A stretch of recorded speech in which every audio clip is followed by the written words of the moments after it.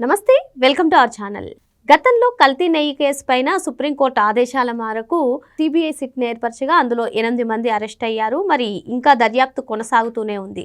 మరో పక్క చూసుకున్నట్లయితే లిక్కర్ స్కామ్లో కూడా సిట్ ఏర్పరచడం, అందులో దాదాపు 16 మందిని అరెస్ట్ చేయడం కూడా జరిగింది. అందులో చెవిరెడ్డి భాస్కర్ రెడ్డి అంటే ప్రభుత్వంలో కీలక వ్యక్తులు కూడా అరెస్ట్ అవ్వడం మనం చూసాం. మరి ఇప్పుడు తాజాగా మరో అంశం గ్రూప్ 1 ఏపీపీఎస్సీ అక్రమాలపైన సిట్ ఏర్పరిచింది హైకోర్టు. రవిశంకర్ ఐఎన్ఆర్ నేతృత్వంలో ఈ సిట్కి పూర్తి హక్కులు, పూర్తి హోదాలు కల్పిస్తూ హైకోర్టు ఏర్పాటు చేయడం. మరి పిఎస్ఆర్ ఆంజనేయులు మళ్ళీ అరెస్ట్ అవుతారా? ఇటువంటి అంశాలు అయితే అందరికీ సందేహాలుగా ఉంటున్నాయి. ఇదే అంశంపైన చర్చించడానికి మనతో పాటుగా ఉన్నారు సీనియర్ జర్నలిస్ట్ డివి శ్రీనివాస్ గారు. నమస్తే సార్. నమస్తే.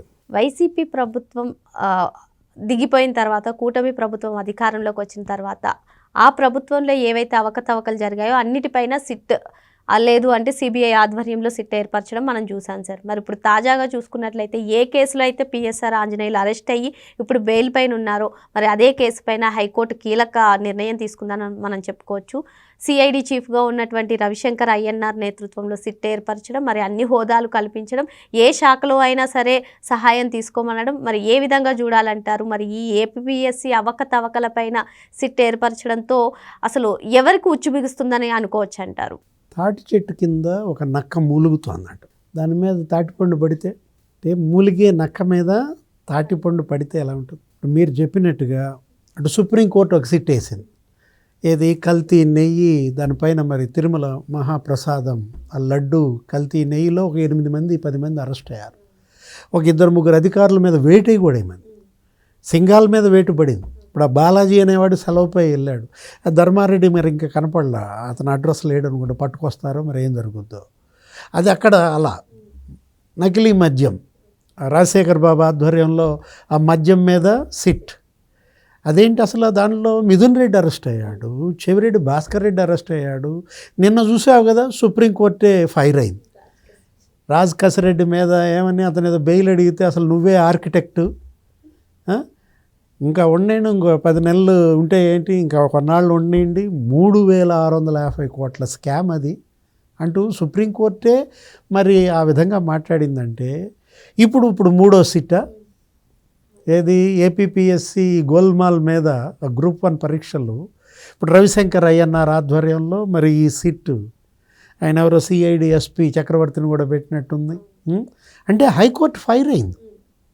ఏమందంటే హైకోర్టు ఒక చుక్క విషం మొత్తం విషతుల్యం చేసింది.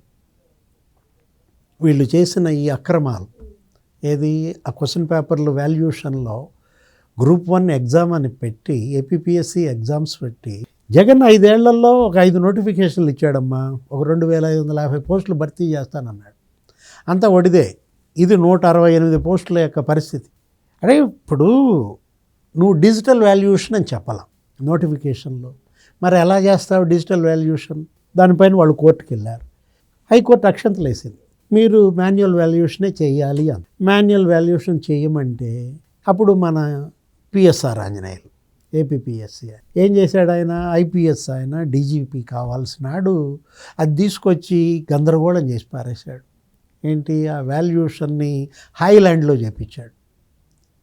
అంటే వాల్యుయేషను ఎక్కడ చేస్తారు జనరల్గా? ఏంటి, గవర్నమెంట్ కాలేజీల్లో, యూనివర్సిటీల్లో, లేదు ప్రభుత్వ కార్యాలయాల్లో చేయించుకోవాలి. కానీ ఒక హోటల్లో హైలాండ్లో 60 రోజులు ఆ క్వశ్చన్ పేపర్లు ఆన్సర్ షీట్స్ పెట్టారు.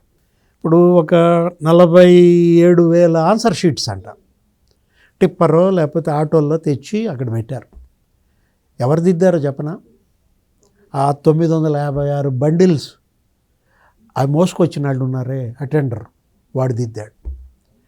ఆ ఆటోనో టిప్పర్ వేసుకొచ్చారు కదా, ఆ డ్రైవర్ దిద్దాడు. ఆ హైలాండ్లో కుక్ ఉంటుంది చూసావా, ఆమె దిద్దింది. అంటే వీళ్ళు దిద్దించిన వాళ్ళు ప్రొఫెసర్లు అనమాట వీళ్ళందరూ.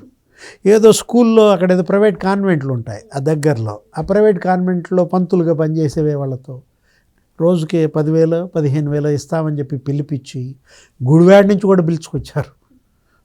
అవన్నీ బయటకు వచ్చాయి, మీడియా అన్నీ బయట పెట్టిన దీంట్లో. అది అప్పటినే మళ్ళా క్యాన్సిల్ చేయమని మళ్ళీ ఇప్పుడు ఏంటి, ఇప్పుడు ఈరోజు హైకోర్టు ఫైర్ అయింది కూడా ఎలా ఫైర్ అయిందో తెలుసా? మొత్తం బార్ కోడ్స్, ఆ OMR bar codes, answer sheets, barcodes అన్నీ టాలీ చేయాలి. ఏం మాత్రం తేడా రాకూడదు వాల్యుయేషన్. లాస్ట్ మార్క్ అదే 168వ వాడో ఎవడో సెలెక్ట్ అయ్యాడు చూసావా, వాడికి ఎన్ని మార్కులు వచ్చాయో వాడికన్నా దిగువన 100 ర్యాంకులు వాళ్ళ ఆన్సర్ షీట్స్ కూడా తీయండి, మొత్తం నాకు రిపోర్ట్ కావాలి అని చెప్పి సిట్ వెంటనే వేయాలి. 3 డేసే మీకు టైం అంది. ఇక ప్రభుత్వం అల్లాడిపోయి ఇప్పుడు ఇక్కడ ఇవాళ అర్జెంటుగా వేసేసింది, రవిశంకర్ అయ్యన్నార్తో పెట్టేసేసి సిట్ వేసింది. 1 మంతే టైం ఇచ్చింది. ఏంటి, రేపు మార్చి 17 లోపు నాకు నివేదిక కావాలని చెప్పింది. అంత సీరియస్గా ఉంది హైకోర్టు. వీళ్ళు చేసిన అక్రమాలు ఇప్పుడు అసలు ఏంటంటే ఆ పోస్టులు అమ్ముకున్నారా, ఆ 168 మంది ఉద్యోగాలు చేస్తున్నారు. పిఎస్ఆర్ ఆంజనేయులు సీనియర్ ఐపీఎస్ అధికారి సార్. అంటే ఆయనకి ఎంత కష్టపడి ఉంటే ఆ ఉద్యోగం వచ్చిందో మనం తెలుసుకోవచ్చు. అలాంటి ఒక ఐపీఎస్ ఐఏఎస్ ఆఫీసర్ లాంటి వాళ్ళు తయారు చేసేటప్పుడు ఈ గ్రూప్ 1 విషయంలో ఆయన ఒక అధికారి అయి ఉండి ఈ విధంగా చేశారంటే, రాజకీయ నాయకులకు తలొగ్గి ఈ విధంగా పాల్పడ్డారంటే ఎలా చూడాలంటారు? అంటే అడ్మినిస్ట్రేషన్నే దెబ్బతీయాలనేదే వీరి ఉద్దేశమా, లేదు అంటే ఎలా చూడాలి అసలు ఈ పరిణామాన్ని? తెగులు చెదలు, జగన్ చెదలు మామూలు చెదలు కాదు, అది పట్టిందంటే వదలదన్నమాట. ఇప్పుడు జగన్మోహన్ రెడ్డి తెగులు పట్టింది ఆయన. ఇప్పుడు మీరు అన్నారు ఆయన డీజీ కావాల్సినాడు, ఆయన సివిల్స్ పరీక్షల్లో సెలెక్ట్ అయ్యే కదా ఐపీఎస్ అయ్యింది, ఐఏఎస్లు అయ్యింది. మరి వీళ్ళు ఈ పనులు చేయడం ఏంటి అనేది ఇప్పుడు నువ్వు అడిగేది నేను అడిగేది కాదు. ఇవాళ కోట్లాది యువతరం ప్రశ్న అది. వాళ్ళ జీవితాలతో ఆడుకున్నారమ్మా. ఒక రకంగా చెప్పాలంటే ఇందాక చెప్పానే, ఆ ఉద్యోగాలు పొందారే ఆ 169 మందిని నాన్ ఫోకల్ పోస్టుల్లోకి పెట్టమని, మళ్ళీ వాళ్ళు దీన్ని ప్రభావితం చేయకుండా ఉండాలి, వాళ్ళందరినీ కూడా నాన్ ఫోకల్ పోస్టుల్లో పెట్టమన్న దీంట్లో వాళ్ళ యొక్క భవిష్యత్తు ఇవాళ ప్రమాదంలో పడింది. వాళ్ళకు ఉద్యోగం ఉంటుందా పోతుందా అంటే ఎలా జగన్మోహన్ రెడ్డి హయాంలో ఒక రకంగా వీళ్ళతో చెలగాటం ఆడాడు. ఇప్పుడు ఆ ధాత్రి మధు అనేవాడిని అరెస్ట్ చేశారు, నీకు గుర్తుందా? పిఎస్ఆర్ ఆంజనేయులు, ధాత్రి మధు, అతను ఎవరో assistant secretary APPSC Subbaiah, Ram Subbaiah, Venkata Subbaiah ఉన్నాడు, ముగ్గురు అరెస్ట్ అయ్యారు. ధాత్రి మధు 1,14,00,000 చెక్కు పట్టించింది. ఆ చెక్కు కూడా చెక్కు మాయం చేశారు, అదేదో డూప్లికేట్ జెరాక్స్ కాపీ అనమాట. అసలు మొత్తం ఫైలే గాయం. ఇప్పుడు ఆ ఫైల్ లేకుండా చేశారనమాట. అయినా అందుకే హైకోర్టు ఇంత సీరియస్ అయినటువంటి పరిస్థితుల్లో ఇటువంటి వాళ్ళందరితో ఆ ధాత్రి మధు దిద్దిచ్చాడనమాట. 40 లక్షలు ఏమో ఇచ్చారు అతనికి. ఈ 1,14,00,000 బిల్లు నాకు తెలియదని మరి అన్నట్టుగా. అంటే హాయిలాండ్కి 40 లక్షలు ఖర్చు పెట్టినట్టు, ఆవాసాకి 40 లక్షలు ఖర్చు పెట్టినట్టుగా వీళ్ళు చూపించిన ఈ లెక్కలు.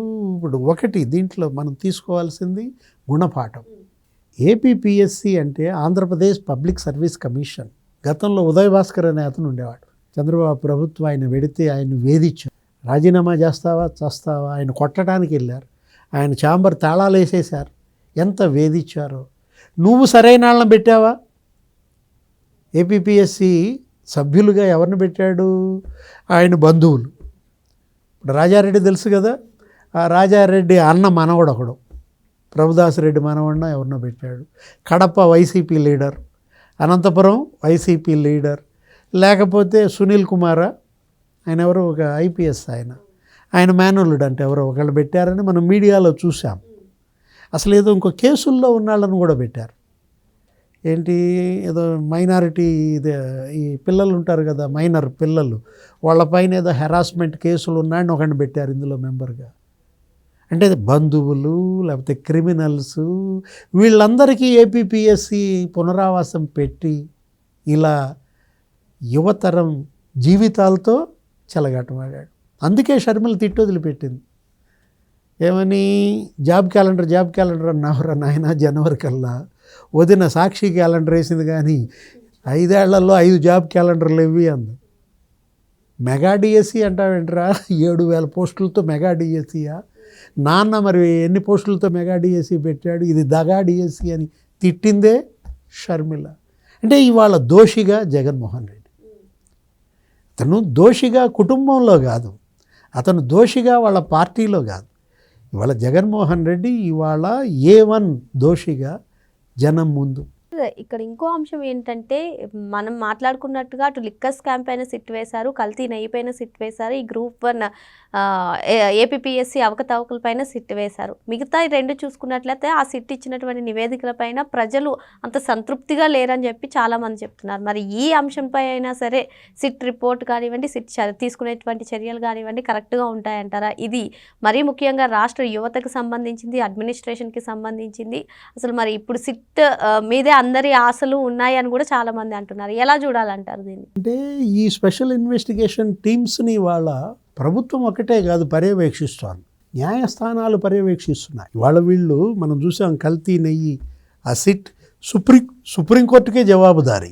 ఇప్పుడు వేసే ఈ సిట్, ఇప్పుడు ఈ గోల్మాల్ ఏది గ్రూప్ 1 పరీక్షల మీద వేస్తున్నటువంటి ఈ సిట్ ఇది హైకోర్టుకి జవాబుదారీగా ఉండాలి. న్యాయస్థానాలు వీళ్ళని అనుక్షణం గమనిస్తున్నాయి. అంటే లేట్ అవుద్దేమో కానీ లేటెస్ట్గానే జరుగుతాయి అరెస్టులు. ఇప్పుడు ఆయన మెడికల్ బెయిల్పై ఉన్నాడు, ఎవరు పిఎస్ఆర్ ఆంజనేయులు క్యాన్సిలా.